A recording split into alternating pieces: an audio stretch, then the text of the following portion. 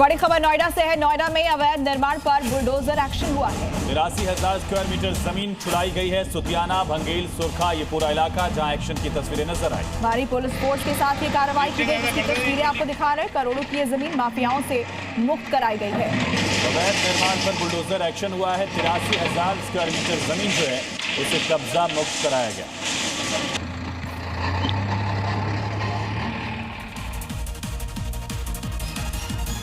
और अब नजर डालते हैं राजनीति की 5 बड़ी खबरों पर।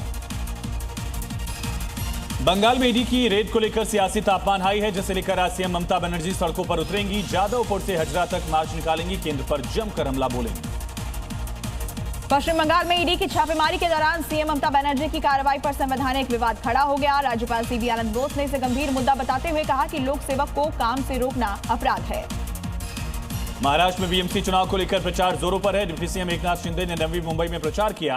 कहा कि लोग परिवर्तन चाहते हैं, ये चुनाव हम विकास के मुद्दे पर लड़ रहे हैं। बीजेपी नेता मनोज तिवारी ने भी मुंबई में बीएमसी चुनाव को लेकर रोड शो किया। इस दौरान मनोज तिवारी ने बीएमसी चुनाव में महायुति के जीतने का दावा किया। साथ ही कहा कि इस बार मेयर छत्रपति शिवाजी को मानने वाला होगा। और 12 कांग्रेसी नगर सेवकों के बीजेपी में शामिल होने पर यूबीटी विधायक आदित्य ठाकरे ने गंदी राजनीति का आरोप लगाया। कहा जब कांग्रेस ने गठबंधन सस्पेंड किया तो बीजेपी ने पूरी की पूरी कांग्रेस को ही अपने पाले में ले लिया।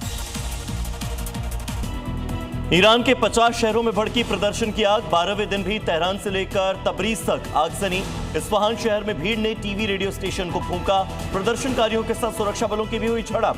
कई जगहों पर गोलीबारी। पूरे ईरान में बंद किया गया इंटरनेट।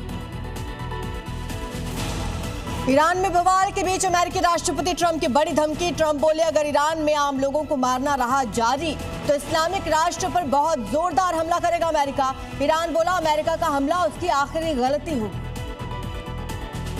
तुर्की में तेज हवाएं चलने से सामने आई खौफनाक तस्वीरें। इस्तांबुल में लैंडिंग के दौरान हवा में ही डोलने लगा प्लेन। समुद्र में तूफान से लड़खड़ाने लगे जहाज। सड़कों पर तेज हवा से उड़ने लगे लोग। 100 किलोमीटर से भी ज्यादा दर्ज की गई हवा की रफ्तार। दिल्ली के तुर्कमान गेट में बुलडोजर एक्शन के बाद पहला जुमा। दिल्ली पुलिस की लोगों से अपील, घरों में जुमे की नमाज अदा करें लोग। फैज़ इलाही मस्जिद में नमाज के बाद प्रदर्शन का इनपुट। इलाके में पुलिस ने बढ़ाया पहरा। तुर्कमान गेट बवाल में अखिलेश के सांसद मोहिबुल्लाह नदवी पर कसा शिकंजा। पूछताछ के लिए नोटिस भेज सकती है दिल्ली पुलिस। ओखला की रहने वाली एमन रिजवी की तलाश भी तेज। 10 सोशल मीडिया इन्फ्लुएंसर्स की पुलिस को तलाश। राजनीतिक सलाहकार की कंपनी पर ईडी के छापे के दौरान पहुंच गई ममता बनर्जी। ईडी के खिलाफ ममता ने 2 एफआईआर दर्ज कराई। बोली राजनीतिक मकसद से डाला छापा। हाईकोर्ट पहुंची ईडी, ममता पर लगाया सबूत मिटाने का आरोप। आज होगी सुनवाई।